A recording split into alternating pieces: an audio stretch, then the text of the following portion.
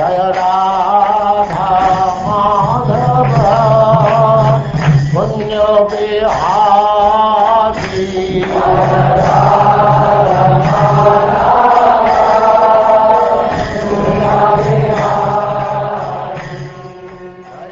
And now chapter 62, the meeting of Usha and Aniruddha.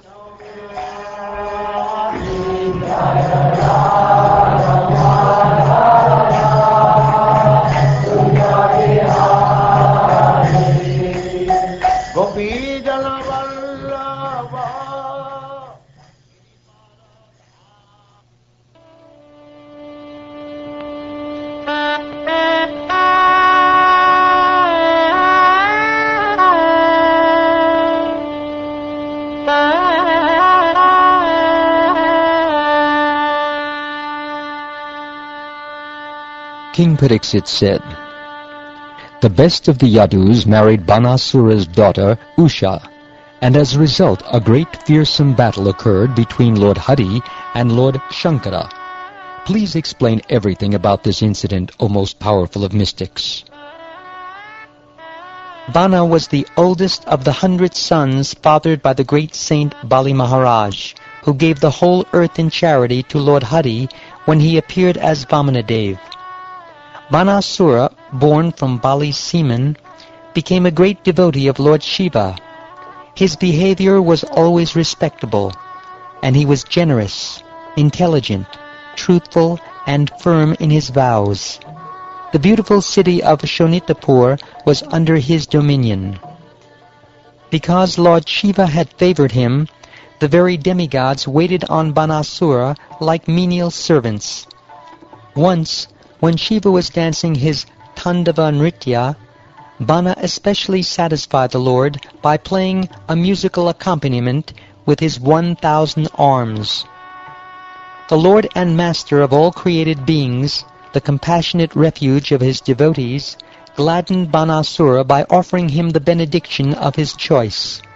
Bana chose to have him, Lord Shiva, as the guardian of his city.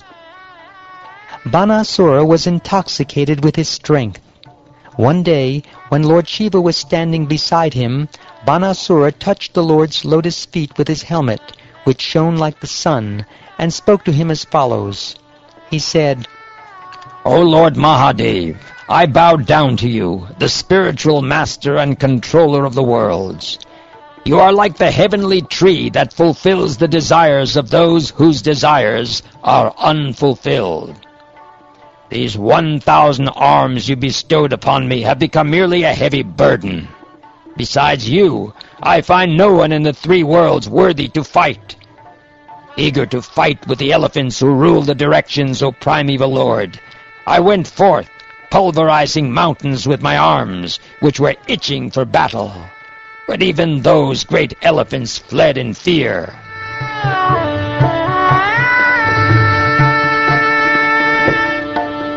Hearing this, Lord Shiva became angry and replied, "Your flag will be broken, fool, when you have done battle with one who is my equal. That fight will vanquish your conceit." Thus advised, unintelligent Banasura was delighted.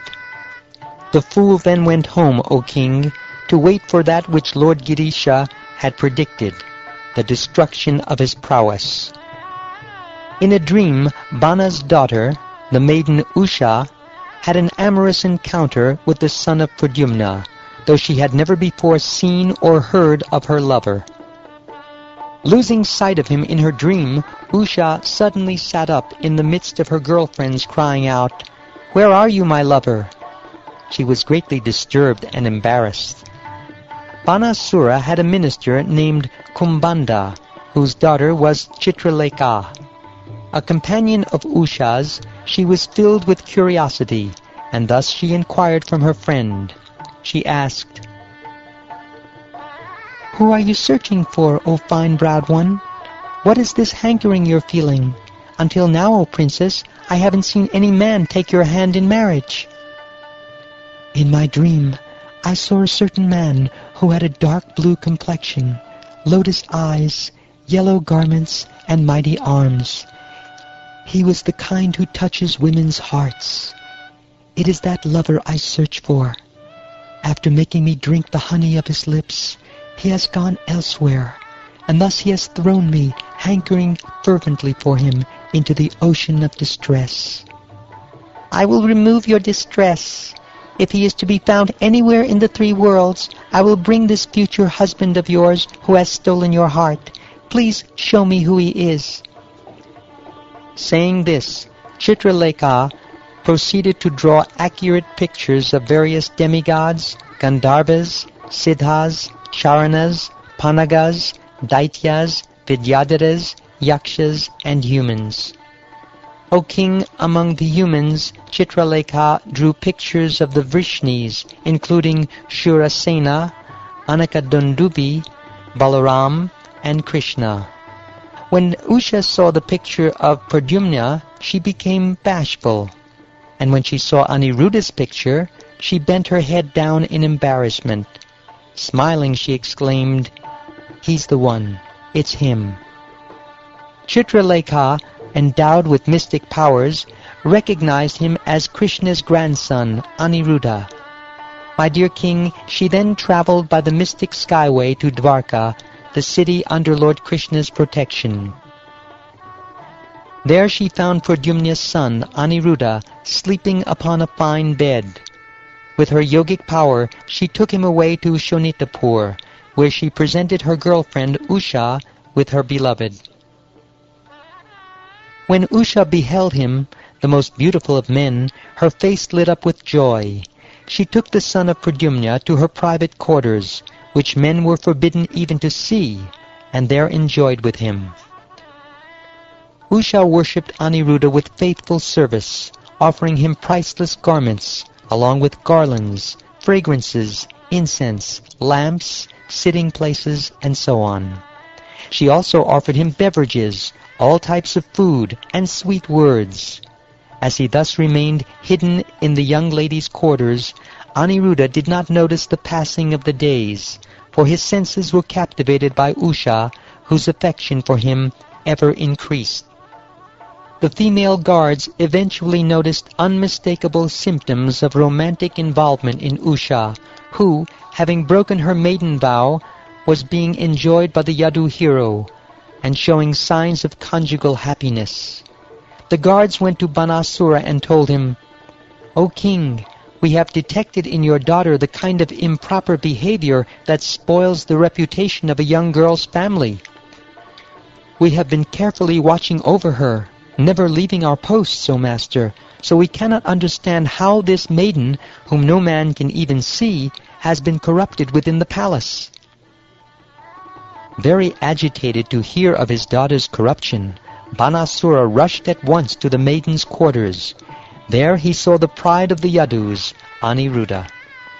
Banasura saw before him Cupid's own son, possessed of unrivaled beauty, with dark blue complexion, yellow garments, lotus eyes, and formidable arms. His face was adorned with effulgent earrings and hair, and also with smiling glances. As he sat opposite his most auspicious lover, playing with her at dice, there hung between his arms a garland of spring jasmines that had been smeared with kumkum powder from her breasts when he had embraced her. Banasura was astonished to see all this. Seeing Banasura enter with many armed guards, Aniruddha raised his iron club and stood resolute, ready to strike anyone who attacked him. He resembled death personified, holding his rod of punishment. As the guards converged on him from all sides, trying to capture him, Aniruddha struck them just as the leader of a pack of boars strikes back at dogs. Hit by his blows, the guards fled the palace, running for their lives with shattered heads, thighs, and arms. But even as Aniruddha was striking down the army of Bana, that powerful son of Bali angrily caught him with the mystic Nagapasha ropes. When Usha heard of Aniruddha's capture, she was overwhelmed with grief and depression. Her eyes filled with tears, and she wept.